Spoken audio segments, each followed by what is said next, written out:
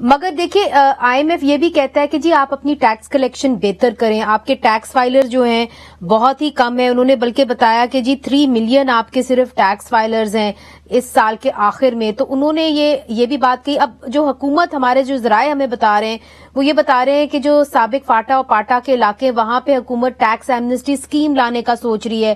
پھر ڈیزل کے اوپر جو ہے وہ ٹیکس, جو ڈیزل ہے اس کو مہنگا کرنے جا رہی ہے.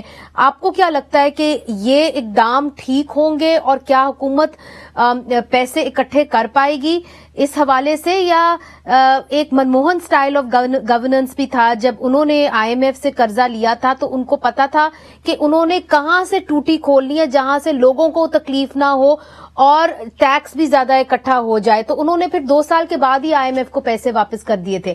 تو حکومت کو کیا کرنا چاہیے کہ کم از کم جو غریب طبقہ ہے یا مڈل کلاس طبقہ ہے وہ پروٹیکٹڈ رہے؟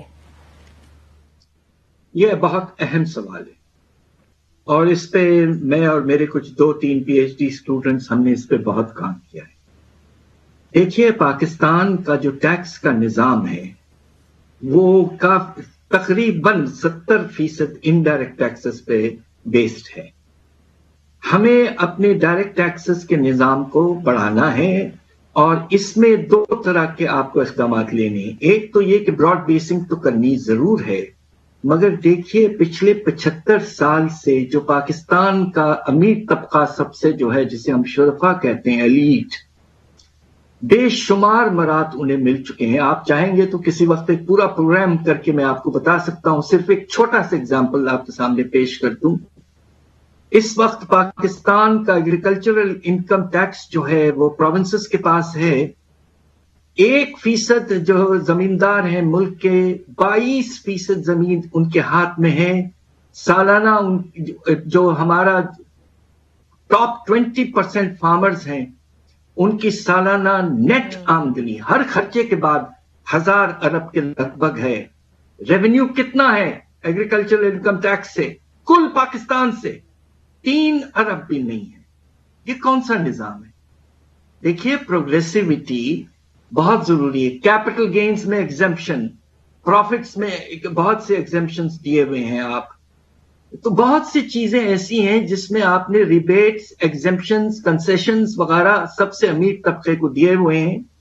ان کو آپ کو کوشش کرنا چاہیے کہ without affecting efficiency of production ان کو کچھ کم کیا جائے. اب آپ یہ سوچئے کہ زمین آپ خریدتے ہیں, 4 سال کے بعد آپ بیچیں تو ایمنسٹی ہے, آپ پر کوئی کیپٹل گین ٹیکس نہیں لگے گا.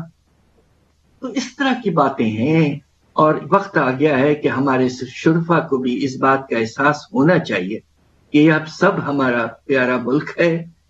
Time has come to share. غریب طبقہ پس چکا ہے. آپ یہ دیکھیے کہ ریئل انکم جو پچھلے 3 سال میں ہمارا جو دہاڑی پہ کام کر رہا ہے ورکر, اس کی ریئل آمدنی میں 45% کمی آئی ہے. اب آپ سوچئے کہ وہ کیسے زندگی گزار رہے ہیں. تو میری اپیل ہے تو آپ کے کہنے کا جی اپیل جی کہ progressive income taxation broad based and equitable کی طرف جانا بہت ضروری ہو چکا ہے.